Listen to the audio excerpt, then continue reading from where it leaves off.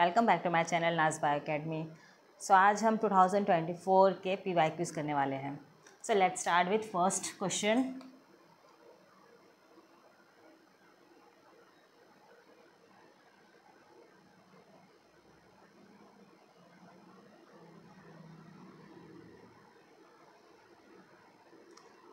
यहाँ पर first question हमसे पूछा है,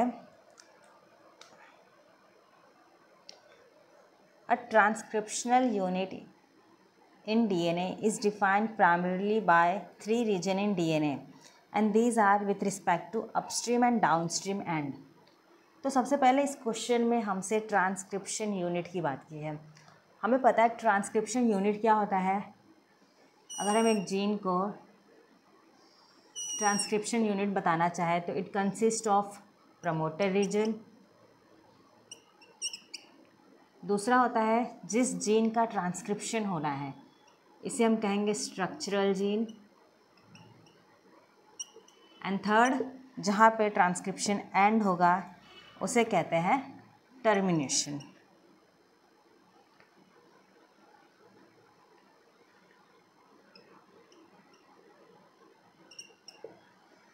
तो बस हमसे यही पूछा है। और with respect to upstream and downstream, तो अपस्ट्रीम जो 5 प्राइम एंड होगा उसे हम अपस्ट्रीम कहेंगे एंड जो 3rd प्राइम एंड होगा उसे डाउनस्ट्रीम कहेंगे। तो इस रेशो में इस ऑर्डर में हमें बताना है कि ट्रांसक्रिप्शन यूनिट में क्या क्या चीज़ें प्रेजेंट होती है। अपस्ट्रीम में प्रेजेंट होगा promoter, structural gene and last में टर्मिनेटर। तो ऐसा ऑप्शन अगर हम देखें, फर्स्ट में हमें बताया गया repressor, operator gene and structural gene, ऐसा कुछ नहीं है।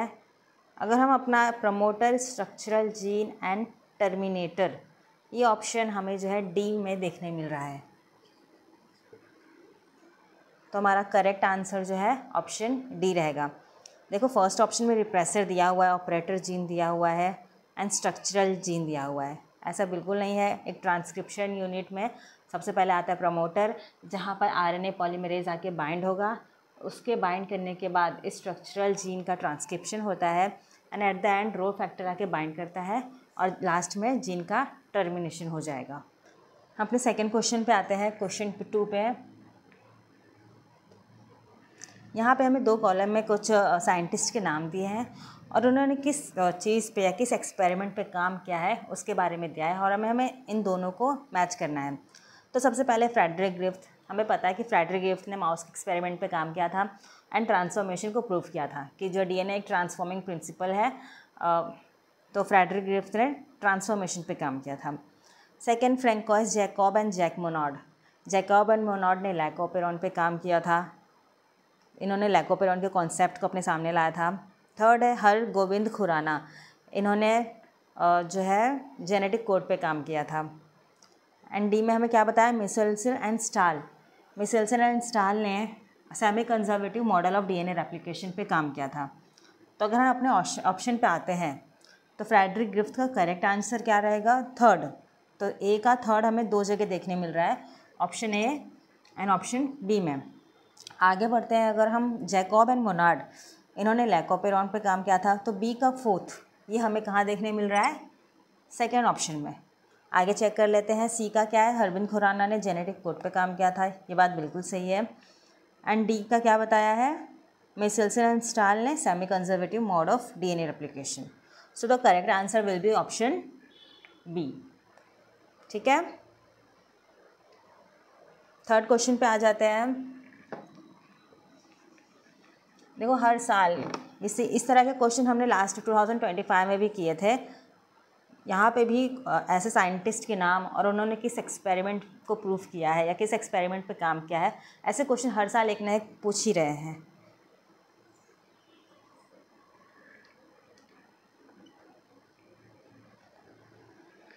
अगर हम थर्ड क्वेश्चन पे आ जाए, विच of the following statement is correct regarding the process of replication in E coli. तो यहाँ पर बात हो रही है रेप्लिकेशन की। रेप्लिकेशन को लेके कुछ स्टेटमेंट दी हुई है और हमें बताना है कि कौन सा स्टेटमेंट जो है वो करेक्ट है। सो द फर्स्ट स्टेटमेंट क्या कहता है, DNA dependent DNA polymerase catalyze polymerization in one direction, that is 3 prime to 5 prime. सबसे पहले इन्होंने क्या बताया कि DNA dependent DNA polymerase replication हो रहा है. इट मीन्स एक DNA से जो दूसरा DNA बनने वाला है या DNA का जो रेप्लिकेशन होगा उसमें एंजाइम कौन सा इन्वॉल्व है? DNA polymerase. ये बात फिक्स है. अब DNA डिपेंडेंट बिकॉज DNA पे काम हो रहा है तो DNA डिपेंडेंट DNA पॉलीमरेज. अगर DNA से RNA बनेगा तो हम उस एंजाइम को क्या कहेंगे? DNA dependent RNA polymerase. But यहाँ पे रेप्लिकेशन है तो DNA पॉलीमरेज. ठीक है, एंजाइम का नाम तो यहाँ पे सही दिया हुआ है. आगे हमसे क्या बोला है? In one direction that is 3 prime to 5 prime. ये बात बिल्कुल गलत है. हमने देखे थे रेप्लिकेशन हो या ट्रांसक्रिप्शन हो, पोलैरिटी फिक्स है कि वो 5 प्राइम टू 3 प्राइम डायरेक्शन में ही DNA का ट्रांसक्रिप्शन होगा या DNA का रेप्लिकेशन होगा. तो इस हिसाब से पहला स्टेटमेंट तो रॉन्ग है. सेकंड पे आ जाए DNA डिपेंडेंट RNA पॉलीमरेज. हम यहीं पे रुक जाते हैं बिकॉज यहाँ पर RNA पॉलीमरेज की बात की हुई है और हमसे तो क्वेश्चन में रेप्लिकेशन पूछा है, तो ये ऑप्शन तो बिल्कुल रॉन्ग रहने वाला है. थर्ड है DNA डिपेंडेंट DNA पॉलीमरेज. ठीक है, catalyse polymerisation in 5 prime to 3 prime as well as 3 to 5. ऐसा बिल्कुल नहीं है. जो एंजाइम है सिर्फ 5 प्राइम टू 3 प्राइम में ही DNA को रेप्लिकेट करता है. डी ऑप्शन लास्ट में हमसे क्या कह रहा है कि DNA dependent DNA polymerase catalyse polymerisation in 5 prime to 3 prime. Yes, तो हमारा जो करेक्ट ऑप्शन है वो क्या रहेगा? Option D. अब हम आ जाते हैं क्वेश्चन 4 पे. Which one is correct product of DNA dependent RNA polymerase to the given template. तो हमें एक टेम्पलेट दिया हुआ है जो कि 3 प्राइम टू 5 प्राइम के डायरेक्शन में है. फर्स्ट है TACA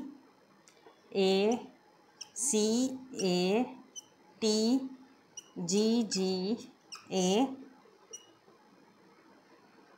sorry GGCAAA TAT CCATTCA 5 prime. ठीक है, ये हमें टेम्पलेट दिया है और हमसे पूछा है कि जब इसका RNA पॉलीमरेज ट्रांसक्रिप्शन करेगा तो इसके अपोजिट में हमें क्या स्ट्रैंड मिलने वाला है. तो सबसे पहले जब इसका ट्रांसक्रिप्शन RNA पॉलीमरेज करेगा तो ट्रांसक्रिप्शन की पोलैरिटी क्या होगी? 5 प्राइम टू 3 प्राइम. ट्रांसक्रिप्शन की बात हो रही है मीन्स जब RNA बनेगा तो DNA के कोड में और RNA के कोड में एक डिफरेंस रहने वाला है कि यहाँ पर हमें कहीं भी थायमिन नहीं मिलना चाहिए बिकॉज RNA में थायमिन एब्सेंट होता है. सिंपल क्वेश्चन है, बस जस्ट हम इसका अपोजिट न्यूक्लियोटाइड लिख देंगे और जहाँ पे हमें थायमिन लिखना होगा वहाँ पे हम थायमिन ना लिख के ये ऐसे लिखेंगे. सो थायमिन का जो अपोजिट यू आ जाएगा. थायमिन का अपोजिट जो न्यूक्लियोटाइड है वो एडेनाइन होगा. एडेनाइन का थायमिन होता है बट RNA में हम यूरासिल लिख लेंगे. C का G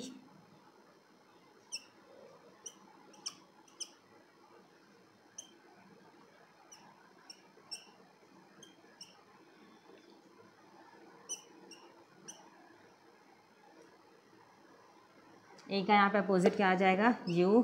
थायमिन का एडेनाइन बिकॉज एडेनाइन प्रेजेंट होगा, थायमिन नहीं होगा.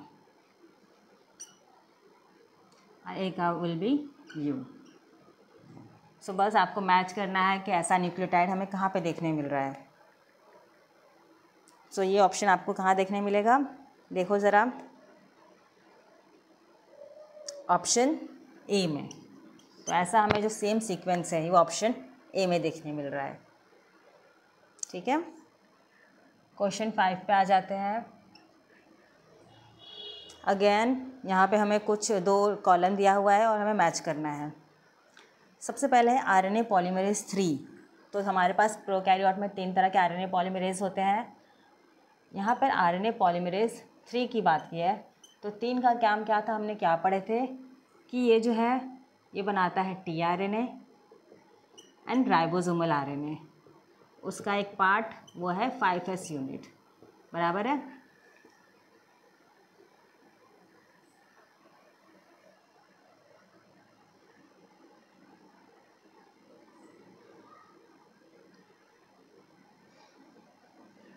एंड कुछ उसका 5s unit and small nuclear RNA. ये 3 चीज़ बनाने का काम किसका है? आरएनए पॉलीमरेज 3 का है। सेकेंड ऑप्शन, सेकेंड क्या है? Termination of transcription. तो ट्रांसक्रिप्शन के टर्मिनेट होने के लिए हमें पता है हमें क्या चाहिए? Rho factor. रो जो है फैक्टर क्या करता है? ट्रांसक्रिप्शन को टर्मिनेट करेगा। स्प्लाइसिंग ऑफ एक्सॉन, जब HNRNA की प्रोसेसिंग होती है डाल के एक्सॉन को ज्वाइन किया जाए, उस टाइम में स्प्लाइसिंग का जो काम है वो करता है कुछ small nuclear ribo nuclear protein. ये स्प्लाइसोसोम के कुछ कंपोनेंट है जो स्प्लाइसिंग में हेल्प करते हैं। डी ऑप्शन है टाटा बॉक्स। तो टाटा बॉक्स क्यों चाहिए? ट्रांसक्रिप्शन में जो प्रमोटर रीजन होता है वो कौन सा रीजन होता है? वो टाटा बॉक्स रीजन होता है।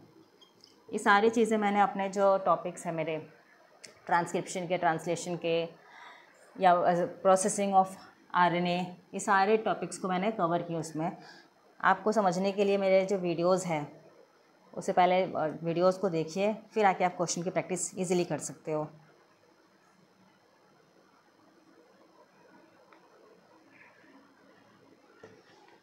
बहुत इजी क्वेश्चन है। The lactose present in the growth medium of bacteria is transported to the cell by the action of.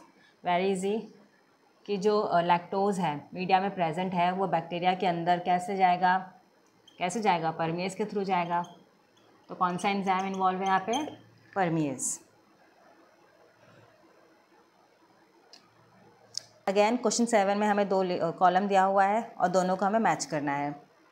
DNA fingerprinting, इसको देखते हैं। सेकंड ऑप्शन क्या है? न्यूमोकोकस। तो इसको ये हमने पढ़े हैं कि न्यूमोकोकस पे किसने काम किया था? कौन से साइंटिस्ट ने? फ्रेडरिक ग्रिफ्थ ने अपने माउस के एक्सपेरिमेंट में प्रूफ किया था कि DNA क्या है? ट्रांसफॉर्मेशन में कौन इन्वॉल्व है? वो है DNA। थर्ड है इकोलाई। इकोलाई को किसने अपने एक्सपेरिमेंट के लिए यूज़ किया था? मिसेल्सन स्टाल ने। उसने इसमें रेडियो लेबल नाइट्रोजन का यूज़ किया था ये प्रूफ करने के लिए DNA का जो रेप्लिकेशन है वो सेमी कंजर्वेटिव है। एंड बैक्टीरियोफाज, इसे अपने एक्सपेरिमेंट को प्रूफ करने के लिए किसने यूज़ किया था? हार्शी एंड चेज ने। सो द ऑप्शन में आया अगर एंड DNA फिंगर प्रिंटिंग के लिए जो ऑप्शन बच गया है एलेक जेफरी। ये जो है DNA फिंगर प्रिंटिंग अलग टॉपिक आ जाता है, वहाँ से क्वेश्चन है। सो ऑप्शन को अगर मैच करें हम तो ये सारे जो मैच है ये हमें कहाँ देखने मिलेंगे? आंसर बी में। बिकॉज ए का 4th है, इसमें बी का क्या है? न्यूमोकोकस का 3rd फ्रेडरिक ग्रिफ्थ, सी का 1st इकोलाई के लिए मिसेल्सन स्टाल था एंड डी का 2nd। क्वेश्चन 8 में हमसे क्या पूछा है? विच of the following is not the characteristic feature of genetic code. तो कौन सा फीचर नहीं है? फर्स्ट ए क्या है? The codon is triplet. ये तो सही बात है कि जो कोडॉन होता है वो ट्रिपलेट होता है, वो तीनों एक कोडॉन को कोड करते हैं, ये तो सही है। Second, the codon is nearly universal. ये भी बात सही है कि जो भी कोडॉन है या 3 कोडॉन मिलके जिस अमीनो एसिड को कोड करते हैं वो यूनिवर्सल है, हर जगह में यही देखने मिलेगा, कोई चेंजेस नहीं आते हैं। कुछ एक्सेप्शन है माइटोकॉन्ड्रिया में, बट ज़्यादातर नियरली जो है यही हमें सेम ही देखने मिलता है, यूनिवर्सल है ये बात भी सही है। थर्ड क्या है? The code has punctuation. नहीं, ये बिल्कुल है। हमें कोडॉन में कहीं भी हम जब भी कोडॉन लिखते हैं कुछ भी कॉमा ऐसा कुछ ये स्पेस ऐड नहीं होता है, वो कंटिन्यूएशन में होता है। हमें पता होता है कि 3 का एक अमीनो एसिड कोड हो रहा है। तो थर्ड ऑप्शन या जो सी है वो हमें रॉन्ग बताया यहाँ पे। डी में क्या कहता है? Some amino acid are coded by more than 1 codon hence the code is degenerate. ये बात बिल्कुल सही है कि एक अमीनो एसिड के लिए मोर देन 1 कोडॉन हो सकते हैं, इसीलिए भले ही अमीनो एसिड हमारे पास 20 है बट कोडॉन कितने हैं? 61, और बाकी के जो 3 हैं वो तो टर्मिनेशन वाले हैं। ठीक है, सो तो इसमें ऑप्शन सी जो है वो रॉन्ग है, तो correct answer will be the option C.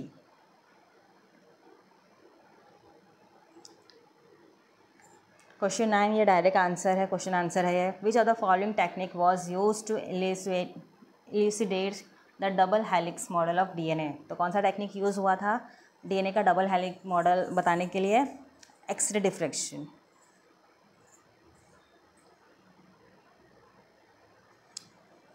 Question 11 क्या है? In lac operon i gene code for.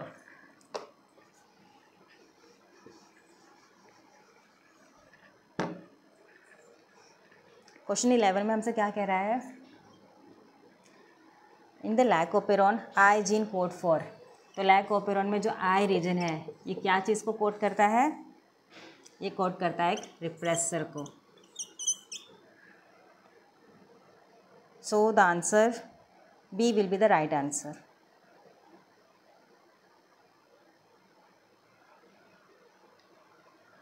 Again हमसे कुछ क्वेश्चन ऑप्शन दिया हुआ है क्वेश्चन 12 में।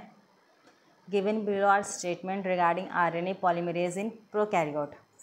एंड कुछ स्टेटमेंट दी हुई है। स्टेटमेंट 1 क्या कहता है? In prokaryote RNA polymerase is capable of catalysing the process of elongation during transcription.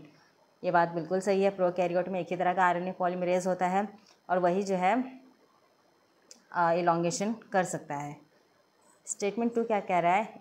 RNA polymerase associate with rho factor to initiate transcription. ये बिल्कुल गलत है कि इनिशिएट के लिए हमें सिग्मा फैक्टर चाहिए, ना कि रो फैक्टर। रो फैक्टर जो है टर्मिनेशन के लिए होता है। अगर हम ऑप्शन देखें तो option A statement 1 is true but statement 2 is false. So the right answer will be option A.